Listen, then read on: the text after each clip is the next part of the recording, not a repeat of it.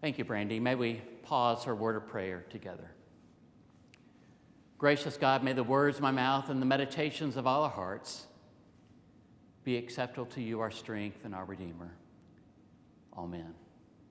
I begin this morning with a personal story, and one that's not an easy story. When Jennifer and I first met in 1994, we started dating in August of that year, and when it came time for the holidays, when I was done with my church work while I was in seminary, I made a trip up to Kansas City, where they lived, and had a chance to not only spend some time with Jennifer, but to meet her family. And her sister was a person I got to meet. Her name was Sarah. And I knew that Jennifer and Sarah were close. I mean, they talked every day together. And one of the things I learned early about Sarah was that she had struggled with leukemia for at least 2 years at that point, had gone through several treatments of radiation and chemo, knew that it had been a struggle. She had to leave school, then go back to school. She went in and out of remission. And during different stints in the hospital, it was the lack of spiritual care that she got in the hospital that actually was one of the impetuses for Jennifer entering ministry, because her sister Sarah got so little spiritual nourishment while she was in the hospital room during her treatment periods. One of the challenges for Jennifer's sister Sarah was, where is God in all of this? In the midst of the treatments and the sufferings and the challenges. For 5 years, Sarah went through radiation and chemo treatments. Her body was worn out from all the care that had been given to her through the years. What we didn't know was when her last Christmas was going to be. We were in Texas, which ended up being her last Christmas. We didn't know it at the time. My uncle was in a room with Sarah in the living room having a private conversation. No one else was in the living room except my Uncle Jack and Sarah.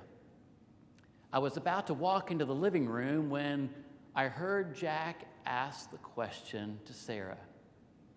He said, "I'm sure one of the hardest things for you is finding God in all of this. Where has God been for you these last several years?"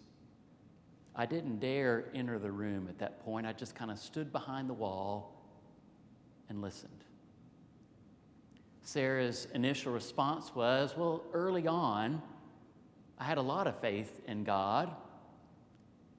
And then when things got really hard, I really wondered if God was there at all. But then I came to realize that God was with me every time that someone prayed for me, every time someone came to visit me, every time someone sent a card for me. It became known to me that God was in the people loving me. And that's where I found God. I just kind of wanted to hold my hands to my chest and could almost have tears rolling down my cheeks.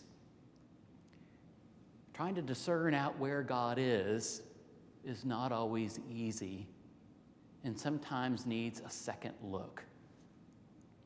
Our text today is in the Gospel of Mark, 2nd chapter. And in that 2nd chapter, Jesus does something that he does in most of his ministry, and that seems to challenge what's being understood and meant to be lived out in terms of their faith expression. Chapter 2, Mark's in the field with his disciples. They're plucking grain, and there seems to be what I always call those religious leaders hiding in the bushes. I mean, they're walking in a random field, and there seems to be these people that says, "Oh, what are you doing, Jesus?" I mean, where did these people come from? But there's these challenging figures that kind of step out and say, "What are you doing here on the Sabbath? The Sabbath, you're not supposed to work. You're not supposed to pluck grain. You're not supposed to do these things." And Jesus challenges the religious leaders, and at the same time, maybe opens up to the disciples a fresh new way to think about Sabbath. And the Pharisees and the religious leaders, they were bound and determined to uphold the significance of Sabbath. They believed in Sabbath as much as Jesus did. And to uphold Sabbath, you abide by certain things. And Jesus said the Sabbath is important. But we're doing so much disservice to the Sabbath. I mean, there are hundreds of rules about the Sabbath. How are we supposed to enjoy the Sabbath? We're thinking about all the ways we can't practice Sabbath. The Sabbath is this gift that God has given us. Let us celebrate the gift rather than getting wrapped up in all the rules of what Sabbath is all about. Brené Brown, who is a well-known author, has written a fair amount about resilience. It's our sermon series is on spiritual resilience. And one of the things that Brené Brown says about resilience, in particular about spiritual resilience, and she uses the word spiritual in some of her works, is in order to be spiritually resilient, she says you have to approach life with critical awareness. If we're going to be resilient with all that life brings us, then we have to have a critical eye to the things we experience in life. Brené Brown goes on to say, if we just took life at face value, we would find that our life is one disappointment after another. You said just to do this, and I do this, and this is what happens. I follow the rules, but no one else follows the rules except me, and so there's disconnect and a lack of joy. But we get past the face value of things and become critically aware of what's going on around us, then we can discern how to take that experience and learn from it and grow from it and be a better person because of it. That our own critical awareness, our own questioning, discerning, sometimes challenging, is what makes the truths and values of our life that much more meaningful than just accepting them at face value. That became clear to me this week. In the middle of the week, we celebrated Holocaust Remembrance Day. I posted something on Facebook, and what image do you put when you're trying to remember 6 million lives that were killed in such an atrocious way? I simply put on my post a single candle of light, remembering lives lost that should not have been lost to the death in concentration camps. One of the authors that wrote about his experience in the concentration camps was Viktor Frankl. And his book was entitled, the most important book he wrote, Man's Search for Meaning. And Viktor Frankl said, being in a concentration camp, I could have just kind of let everything I believed leave me. I had no reason to believe in God at all. But these people took my house, they took my possessions, they took away my family, they took away my clothing, my possessions, they stripped me of everything. I had nothing left, Viktor Frankl said. At one point, I felt totally alone. And then I thought to myself, he said, there's one thing they cannot take from me. They cannot take away my belief in what I believe in. They can take everything else away from me they want to, but they cannot take away that I believe in God. Viktor Frankl found a way through the concentration camps and a survivor of that experience and could clearly say, there is no God. But Viktor Frankl would say it was my belief in God was the only thing that got me through. It was my belief in God that made me feel I was not alone when I had every reason to feel as though I was alone. A second look is worth everything. Jesus in our passage was taking a second look at Sabbath. What does Sabbath really mean? What are these truths we cling to? And why do we cling to them? Is it simply says, well, it's in the Bible, you should believe it? Well, we take on Brene Brown's of critical awareness. We want to question and challenge and probe, and why is this? And what do we do? And what carries forward? And what gets left behind because of cultural context? And we wrestle with texts and try to figure out their meaning and pull through that text from first century world and what applies in 21st century. And Jesus models to us in this text the practice of spiritual resilience, of moving through the tradition and finding out its real purpose. Why do I do the things I do? Why do I believe the things I believe? And it's the questioning and challenging, probing, the digging deeper that allows us to really figure out what's important to us. David Brooks has written a book, a recent book, called The Second Mountain. If you haven't read it, I encourage you to take a look at it. David Brooks is now a person of faith, kind of part of the Christian faith, was in the Jewish tradition, but made the transition to the Christian faith. But his book, The Second Mountain, talks about life's journey. And he says, most of us worry about the first mountain.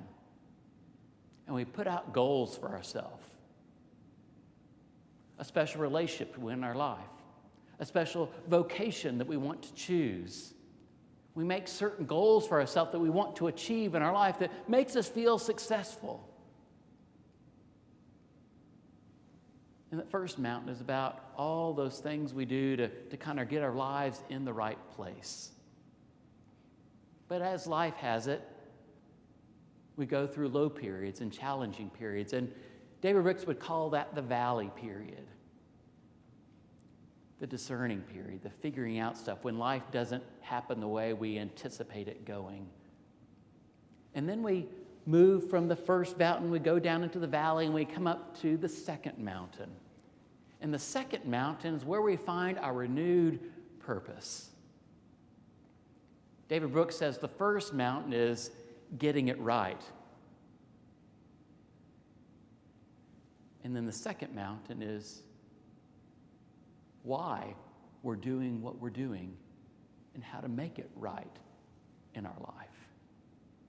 David Brooks says it's kind of a quest of morality, but I look at it as that spiritual resilience of working through things. You have life a certain way and something happens to us and we have to reevaluate where we are and what's important to us. That Jesus does this in our passage today, but it's not the only place Jesus challenges his own tradition of which he is a part. If we were to look in Matthew's Gospel, chapter 5, the first chapter of the Sermon on the Mount, in chapter 5, 6 times he says, "You have heard it said, but I say unto you." 6 times he says, "You know it this way, but I want you to consider it this way." He's not doing away with Sabbath. He's not doing away with his tradition. He's simply reevaluating what it means and why it's important to us and how we live a life of meaning, not just because, but it has value and worth behind it. Jesus wants us to realize that the face value is simply the tip of the iceberg. And underneath the surface of the water, there's so much digging and probing. There's so much more underneath if we just look underneath that which we are called to believe. Spiritual resilience is really that critical awareness, what I would call the second look at something. It's a practice that St. Andrew's really good at. Hardly anyone takes anything at face value. We want to know more. We want to ask more questions. And actually, questions are sometimes better than answers. It's questions that put us on a path of wholeness, a path of health, a path of possibility. It's like I said last week, if we worry so much about being the institutional church, we forget about being the relational church we're called to be. When we put on our institutional church hat and something new comes up, the old church institutional mind, well, we've never done it that way before. We put on our relational church hat as, what does God yet have for me to discover in this world?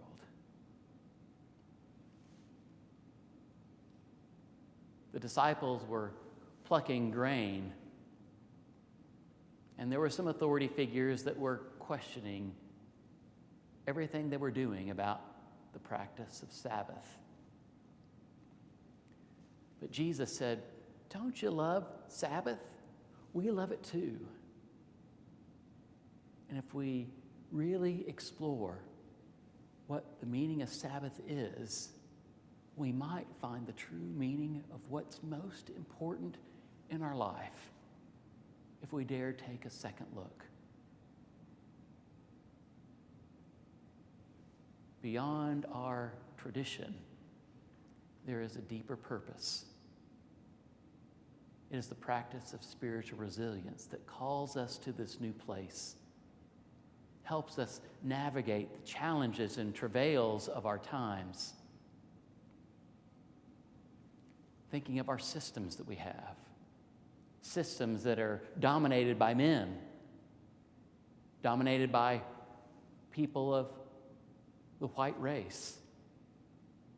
Do we just accept the way things are, or do we take a second look? There are certain norms that our society says shouldn't happen because of your orientation or your gender identification. Do we just take that at face value? Do we say there's something more to the human journey than that? It's worth a second look. Sometimes we peel back the traditions of which we're a part. We dive through the valley and we come up to the second mountain, and new truths and purposes become clear to us. Not that we've got it all figured out, but are released on the path of wholeness that Jesus wanted us to walk. May it be so. Amen.